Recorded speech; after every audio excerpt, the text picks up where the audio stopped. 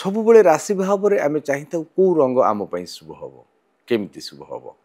ତେବେ ଯଦି ଜାଣିବା ସିଂହ ରାଶି, ସିଂହ ରାଶିର ଅଧିପତି ହେଉଛନ୍ତି ରବି। ସୂର୍ଯ୍ୟ ହେଉଛନ୍ତି ଏଇ ରାଶିର ଅଧିପତି। ଏବଂ କେଉଁ ରଙ୍ଗ ଶୁଭ? ଗୋଲାପୀ ବା ଲାଲ। ଗୋଲାପୀ ରଙ୍ଗ ଅତ୍ୟନ୍ତ ଶୁଭ ହୋଇଥାଏ। ଗୋଲାପୀ ରଙ୍ଗର ବସ୍ତ୍ର ଗାଡ଼ି ବ୍ୟବହାର କଲେ, ଲାଲ ରଙ୍ଗର ବସ୍ତ୍ର ଗାଡ଼ି ବ୍ୟବହାର କଲେ ଅତ୍ୟନ୍ତ ଶୁଭ ହୋଇଥାଏ।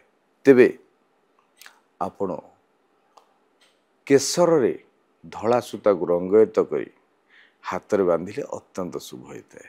ନଚେତ୍ ଆପଣ ନାଲି ସୂତା ହାତରେ ବାନ୍ଧିଲେ ହନୁମାନଙ୍କ ପାଖରେ ପୂଜା କରି ଆପଣଙ୍କ ଜୀବନ ସୁଖମୟ ହେବ। ହାତରେ ବାନ୍ଧନ୍ତୁ ଲାଲ ସୂତା। ଯେଉଁମାନଙ୍କର ସିଂହ ରାଶି ଏବଂ ଲାଲ ବସ୍ତ୍ର ଅତ୍ୟନ୍ତ ଶୁଭ, ଲାଲ ରଙ୍ଗ ଅତ୍ୟନ୍ତ ଶୁଭ, ତେଣୁ ବ୍ୟବହାର କରନ୍ତୁ ଲାଲ ରଙ୍ଗ। ରୁହନ୍ତୁ ଖୁସିରେ। ଜୟ ଜଗନ୍ନାଥ।